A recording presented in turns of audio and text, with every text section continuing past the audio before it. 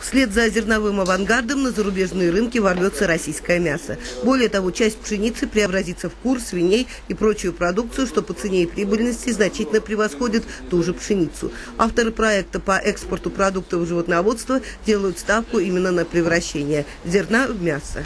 Если у государства есть зерно, это означает, что из зерновых можно конвертировать в белок мяса. То есть мы сегодня имеем излишки белка в целом, потому что мы продаем белка больше, чем покупаем.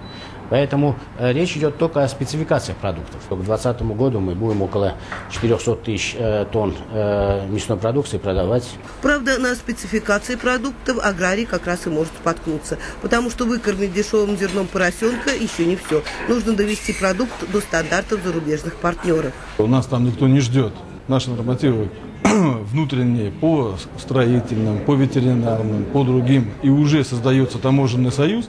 Их нужно как-то приводить в норму с Евросоюзом, с теми странами, куда мы собираемся экспортировать свои продукты. А российские нормативы на 80% отличаются от западных, хотя бы по размаху. Так, стандартный цех по переработке свинины в России должен быть в 4 раза больше, чем аналогичный в ЕС. Агрокредиты в стране намного дороже, чем на Западе. Плюс отечественный аграрий, как правило, должен создать вокруг производства всю инфраструктуру. То, что в Европе обычно делает государство. 15-18% от заемных средств это уходит на инфраструктуру. Вот наша компания сделала 125 километров электросетей. Так что российский поросенок, предназначенный на экспорт, может стать просто золотым по цене и, соответственно, неконкурентоспособным на зарубежном рынке. Там в стоимость свинины не входит прокладка электросетей. Зарина Баранова, Павел Харламов, РБК.